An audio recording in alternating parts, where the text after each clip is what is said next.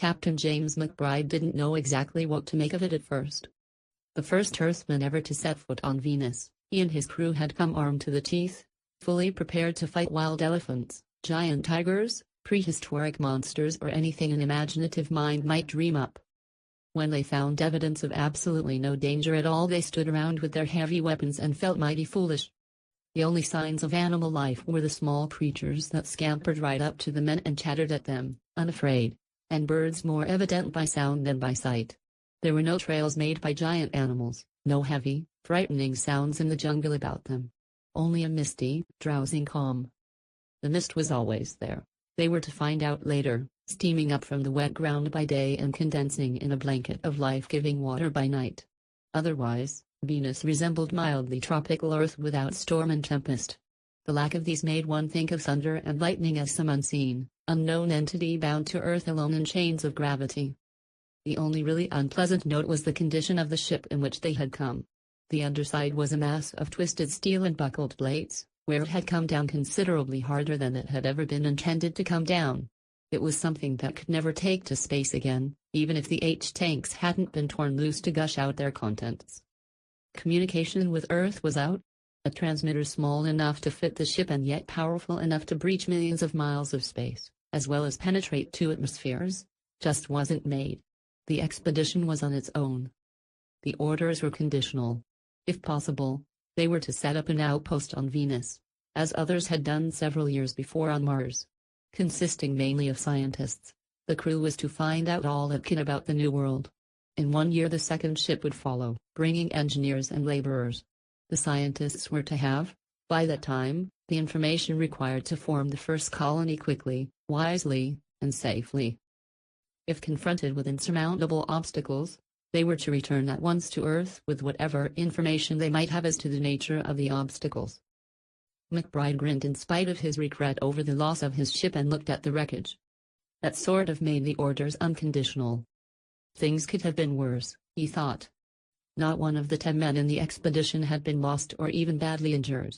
And, Venus being the land of plenty that it had turned out to be, it was beginning to look as if the stay here would be a pleasant one. He was just starting to get some of his old spunk back when Jeff Flanders came up to him with a worried frown on his face.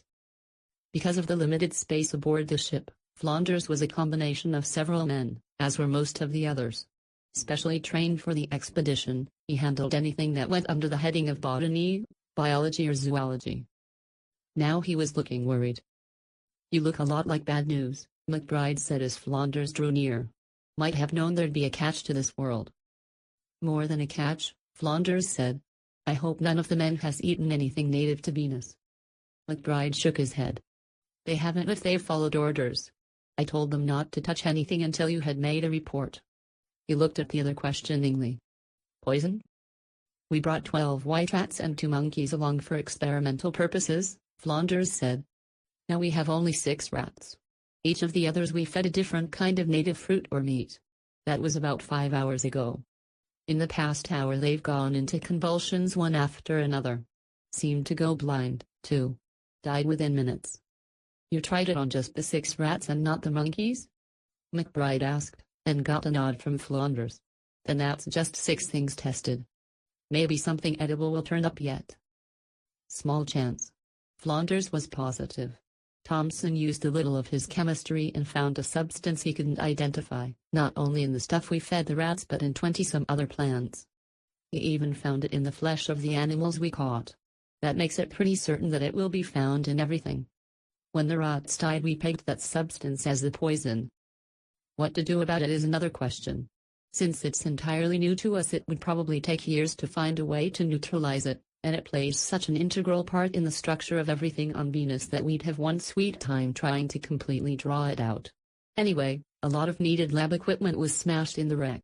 That makes it even more of a problem. McBride listened, frowned and rubbed his cheek. "In other words, we might as well give up any idea of living off the fat of the land." "That's about the size of it," Flanders agreed. "Our best bet, the way things stand now, would be to try and have a garden going before our supply of food runs out." "Check," said McBride. "But the seed was brought along just in case the soil and climate should prove suitable for planting.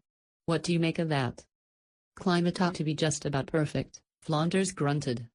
As to the soil, Thompson and I will check on that right away. In another day a few things had been learned. There was now no doubt about the poisonous nature of Venus. The infuriating thing about it was that the creatures native to Venus thrived about them on food that would put out the lights for good for any earth-born animal. But that was not quite so hard to take when they found that the soil was suitable for earth crops. That left nothing to get excited about. So they thought, until Venus turned stubborn. No one knew exactly how stubborn Venus could get until the garden location was being cleared of weeds.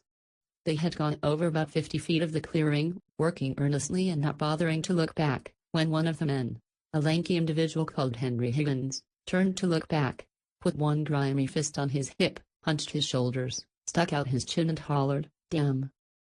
The others turned and looked surprised.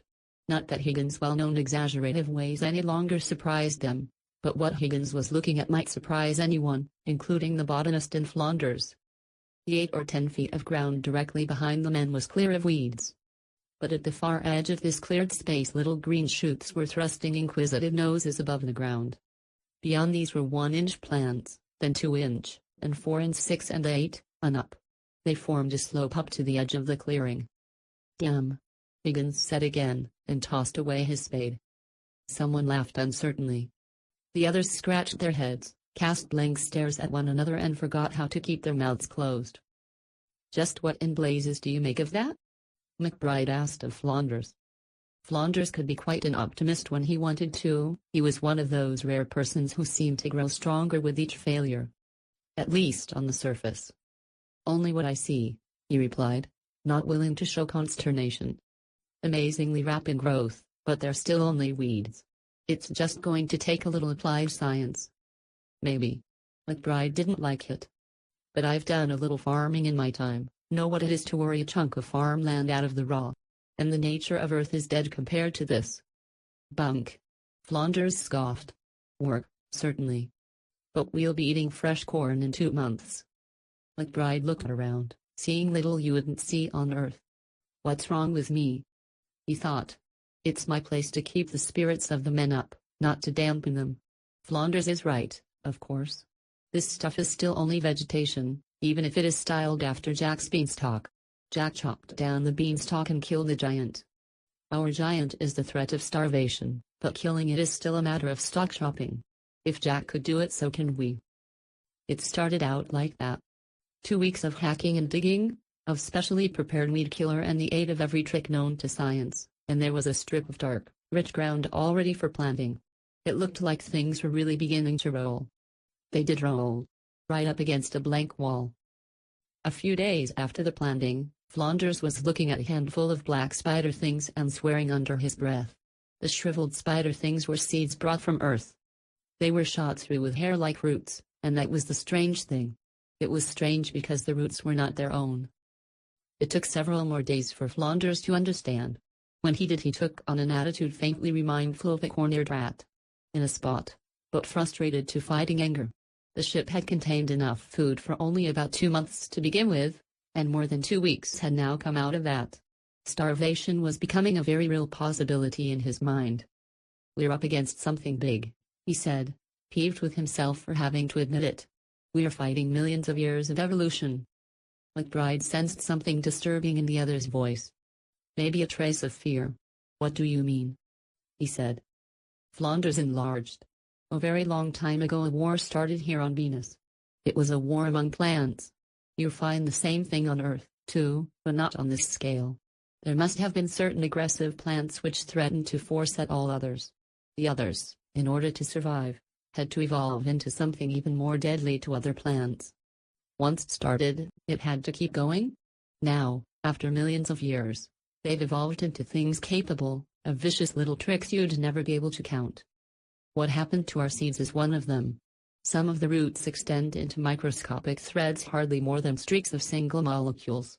You can't dig them out and they escape all the ordinary weed-fighting methods.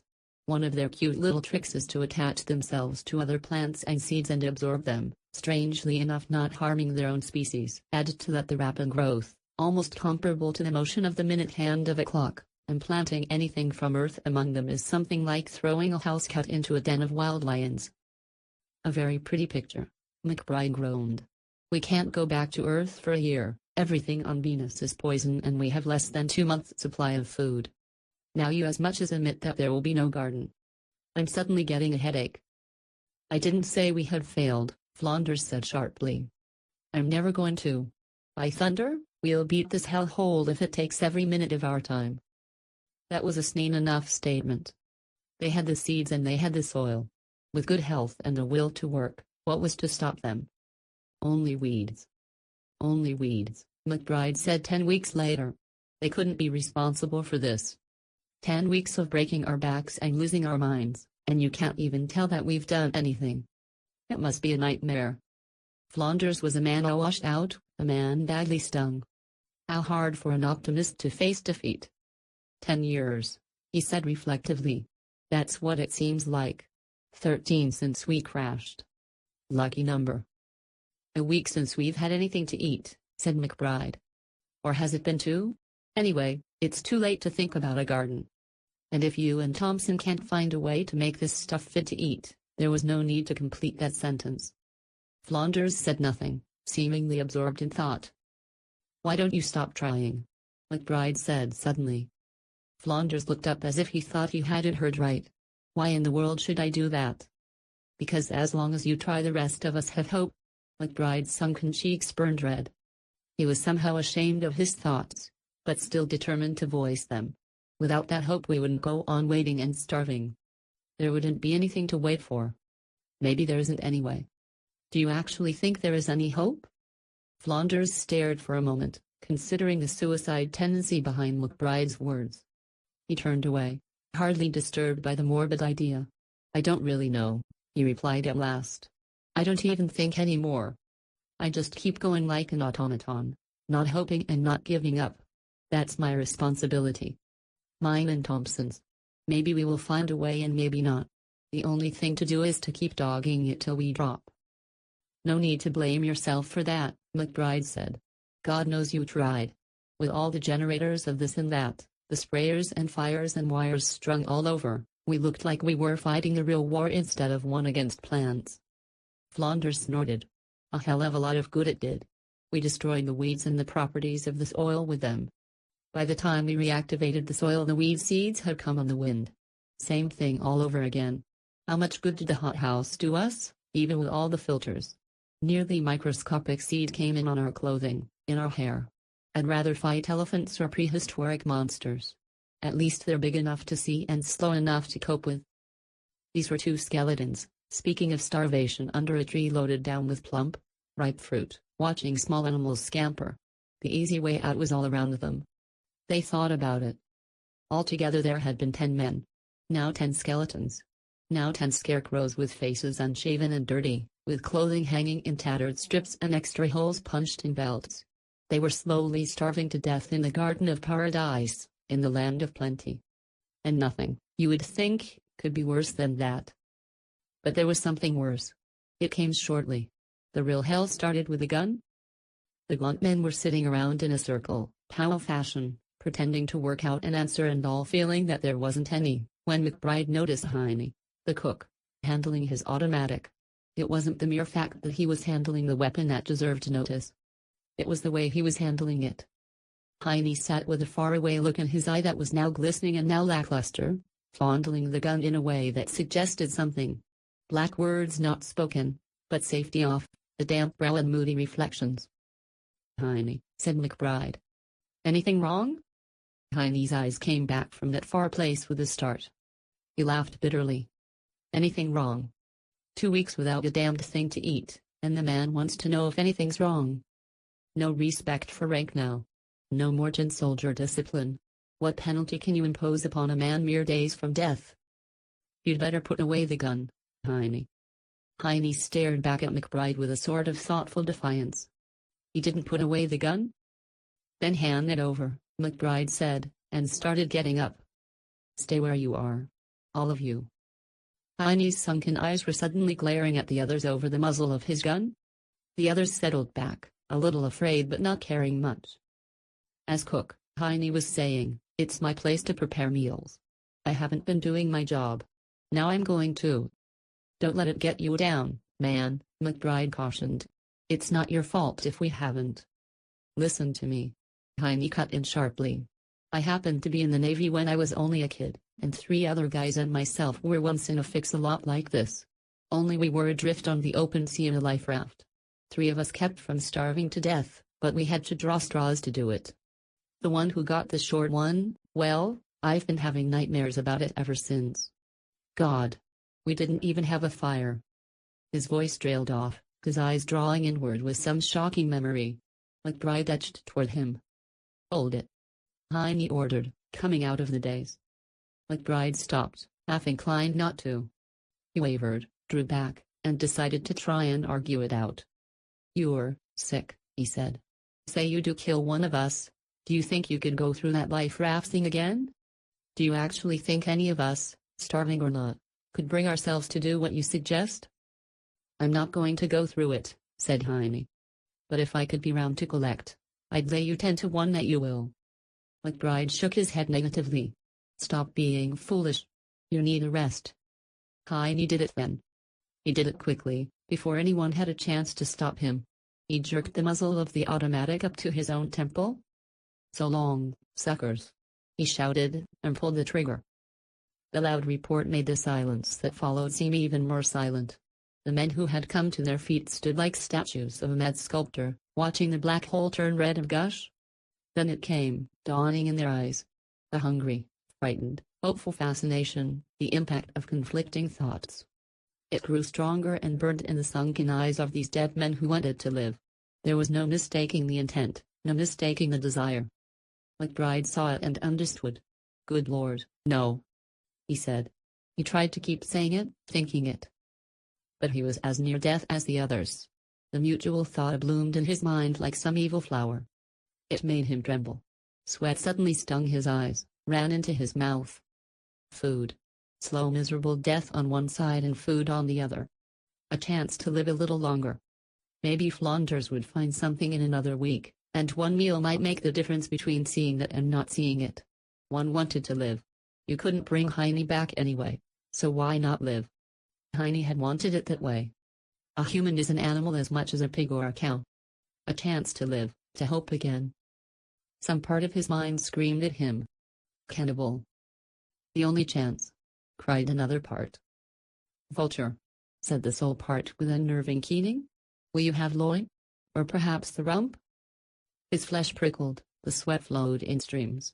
Unheard murmurings distorted his mind. Only this once, for a little more time! Maggot. Dungworm! Only another week and maybe the Venus too, months ahead of time, fool?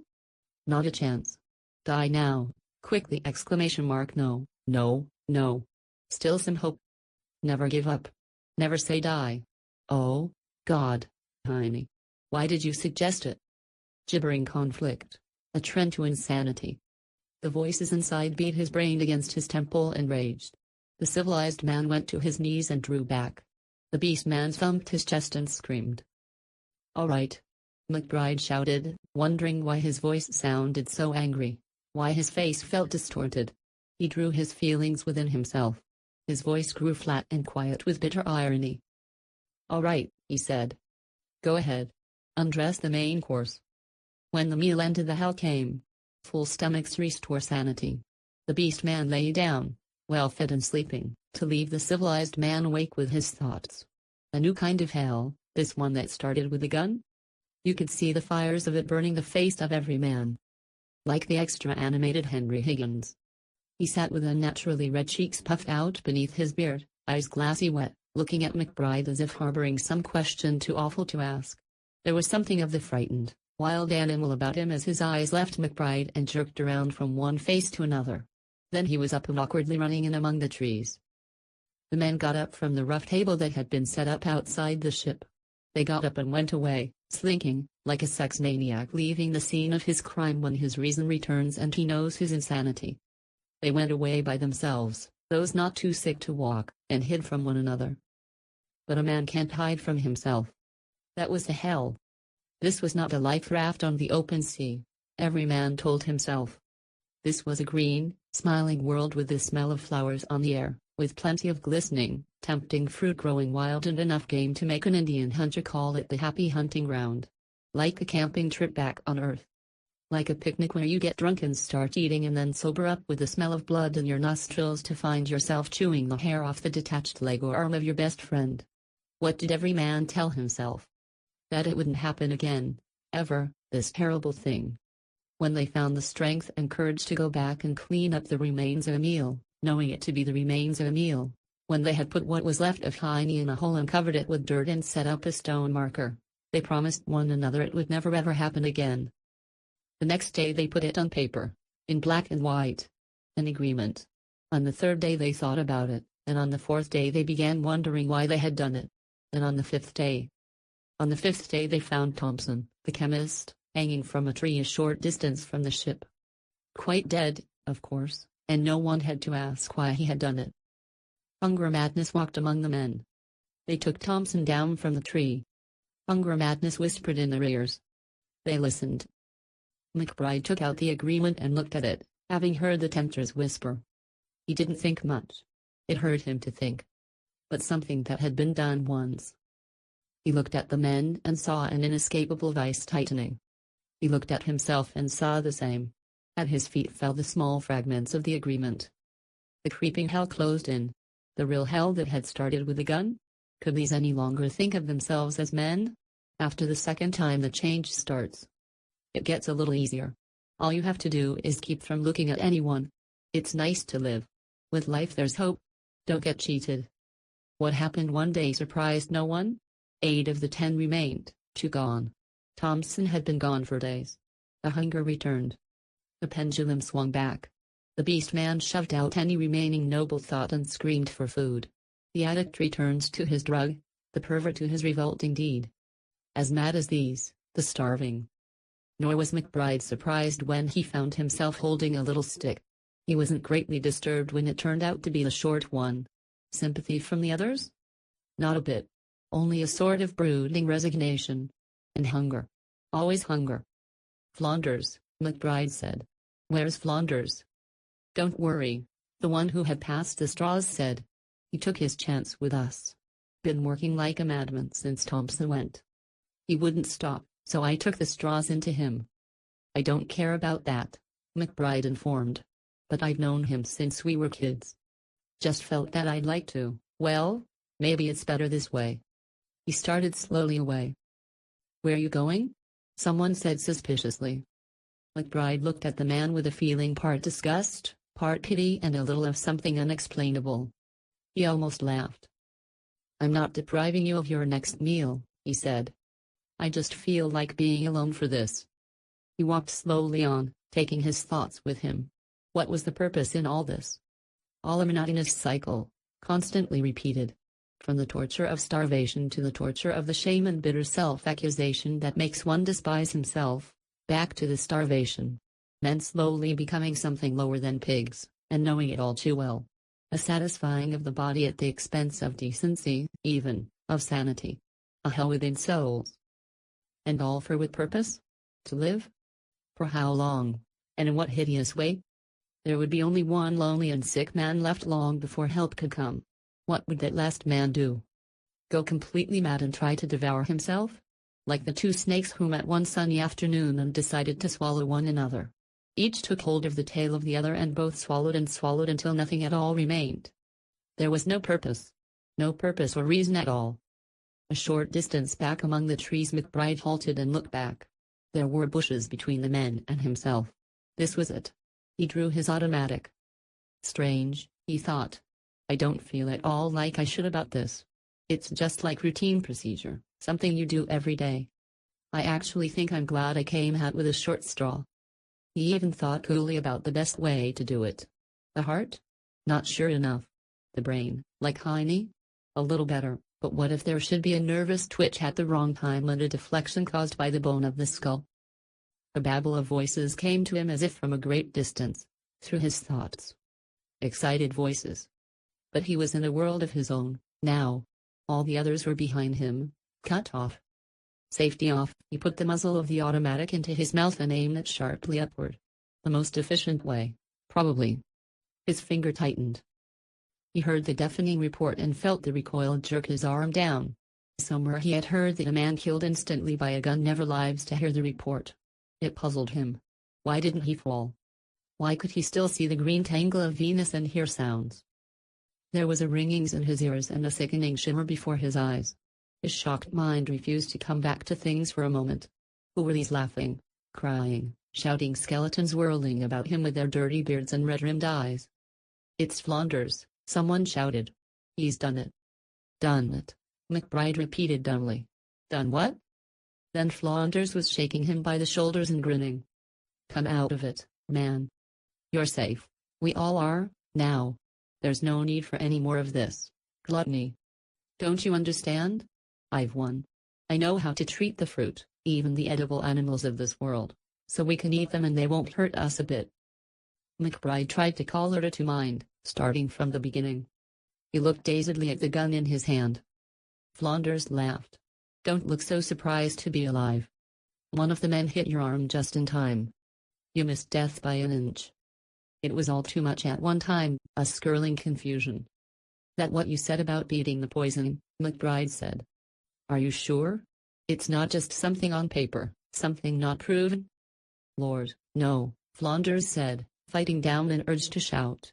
"I had it worked out yesterday, but it still had to be tested and the white rats and 2 monkeys we brought along for experimental purposes were gone.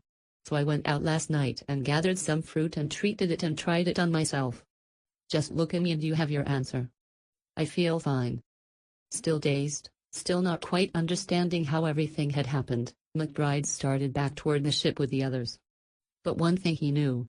Venus had been beaten. The meal was all day in the preparing. The eating was a gala event, a banquet, a roaring party. It lasted 2 hours. There wasn't any wolfing down. When you have been starving for weeks you just don't start off that way. You take a small bite and wait until you are sure it is safely down. Then you take another small bite and wait again. If you keep doing that you have a chance of holding what you eat. They didn't mind. This food was not the kind you had to force yourself to chew on, like some other things. There were little animals looking something like rabbits, but tasting more like chicken, fried golden brown. There were oranges that tasted like nothing of earth and apples that reminded you of pawpaws and fall. 7 different kinds of meat there were, and it seemed like 100 different kinds of fruits and nuts and herbs. There was even a juice that proved mildly intoxicating. All a little different, but all delightfully, temptingly good. "We'll be eating like this every day," Flanders said. "Maybe we can even set up a bar, with fruit juice drinks and wine and even invent a new kind of beer. Big, foamy schooners of beer on Venus. Won't the work crew be surprised when they get here?" They let it run away with them. It went to their heads. The warmth of intoxication, the feel of stomachs filling out. All the things long missing now returning in full force, all at one time. Almost it was too much. Almost death from excessive joy. They went on and on like that, the most happy men ever. They wanted it to go on forever, but the feast had started late and it ended late. After the 2 hours they felt like sleeping. In fact, they felt a more relentless urge to sleep than they ever had before. The result of a full stomach, they supposed, or the aftermath of months of hardship let in by the sudden relaxation. It certainly wasn't a matter of choice. Who wanted to sleep at a time like this, a time for staying up all night and celebrating? But the Sandman said no, and right now he had the advantage. One by one they yawned, stretched and drifted off to bed like carefree children, and to hell with cleaning up. That could wait until tomorrow. Tomorrow. It was wonderful to have one to think about. Tomorrow was a golden day. The last to turn in was Captain McBride, just as sleepy but not so carefree. He alone, perhaps, was not completely satisfied. Underneath the powerful urge to sleep was a question, and that question needed answering. Or did it? In one way it didn't really matter. He went in and found his bed in the darkness and decided to forget the question. 15 minutes later McBride lay awake. The great urge to sleep was still there, but sleep wouldn't come. No, that was not it exactly. He wouldn't let it come. He was fighting it. The question wouldn't go away, and it really did need answering after all. Moving around quietly in the darkness he made sure that the men were sleeping. Then he returned to the bed next to his, the one in which Flanders slept. "Flanders," he said softly. The question grew in his mind. "Flanders, he called more urgently. He jostled the quiet form. "What's wrong?" said Flanders, half asleep. "Nothing exactly. I want to talk a bit." "Better sleep. The time is." "Go on," McBride said intently. Flanders fought himself awake. "Nothing. Half asleep. Didn't know what I was saying. What do you want?" McBride lay down on his own bed, hardly able to keep his eyes open. "Maybe I want to talk about the Garden of Eden, about the pair who were told that a certain fruit was death to them, and about a serpent who told them it wasn't." Flanders said nothing. "Must have been quite a persuader, that serpent," McBride went on in dream talk. "Up until this morning I guess I might have welcomed such a one, and I don't think I was alone in feeling that way. Men were never intended to live the way we were living. We really didn't want to live if we had to live that way. We only convinced ourselves that we did. We were caught in a hellish vice and each of us knew it, underneath. So a talking serpent who could convince us that the fruit of Venus was not poison might not have been such a bad idea." "Why talk about that?" said Flanders, like a man talking in his sleep. "It's over. We've beaten Venus." McBride tried to open his eyes. It was too much trouble. His own words seemed to him like someone else talking, far away and unreal. There was a feeling like being detached from one's body. "Beaten Venus. Yes," he said. "But I'm wondering how. I keep thinking how this kind of poison acts. Probably affect us as it did the rats and monkeys. Takes 4 or 5 hours to act, and it hasn't been 3 since we started eating. Was it only chance that your treatment of the food took all day and had to be extended up to the last moment before serving? It wasn't even sampled before 3 hours ago. And so I wonder?" Flanders' voice seemed to come out of a deep well. "Let's get some sleep." McBride's voice almost matched it. "Not yet.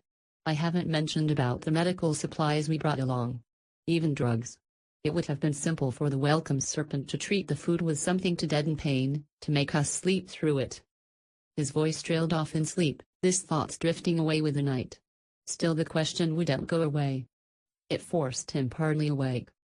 He didn't even realize how little of a question it was now. His body was a chunk of lead, not able to move.